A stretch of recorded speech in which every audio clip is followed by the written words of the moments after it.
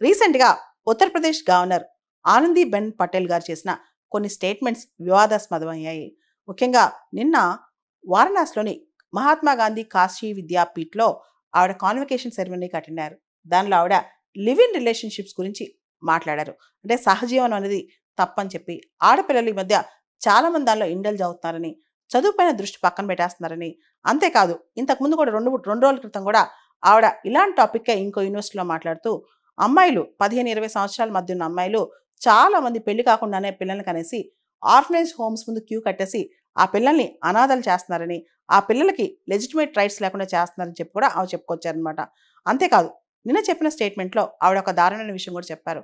ఒక అబ్బాయి, అమ్మాయి కలిసి ఉండి పెళ్లి చేసుకోకుండా ఉంటే రేపు ఆ మేల్ పార్ట్నర్ ఈ అమ్మాయిని 50 పీసెస్‌గా కట్ చేసినా ఆశ్చర్యపోనక్కర్లేదని, అమ్మాయిలు చాలా జాగ్రత్తగా ఉండాలని చెప్పుకొచ్చారనమాట.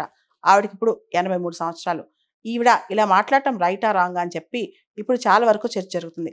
ఇండియాలో ఇదొక ఎక్స్‌ట్రీమ్ అయితే, ఇంకొక ఎక్స్‌ట్రీమ్ స్టేట్మెంట్స్ కూడా వస్తున్నాయన్నమాట. రీసెంట్‌గా ఇన్‌స్టాగ్రామ్ కానీ, రకరకాల ఇన్‌ఫ్లుయెన్సర్స్ కొంతమంది నాకు బొట్టు అవసరం లేదు, తాళిబొట్టు అవసరం లేదు, పిల్లలు అవసరం లేదు, మొగుడున్నా పేరుకే, నేను ఎలా అయినా ఉంటాను, ఎవరితో అయినా తిరుగుతాను. ఇలాంటి డిఫరెంట్ కాంటెస్ట్‌లు కూడా వస్తున్నాయి. అంటే ఎక్స్‌ట్రీమ్ ఆలోచనలు, విపరీతమైన లిబర్టేరియన్ ఆలోచనలు కూడా భారతదేశంలో బయలుదేరాయన్నమాట. ఈ టైంలో అసలు బ్యాలెన్స్ ఎక్కడ? ఎక్కడ బ్యాలెన్స్ గీయాలి? ఆనందీబెన్ పటేల్ గారు 1941 పుట్టారు.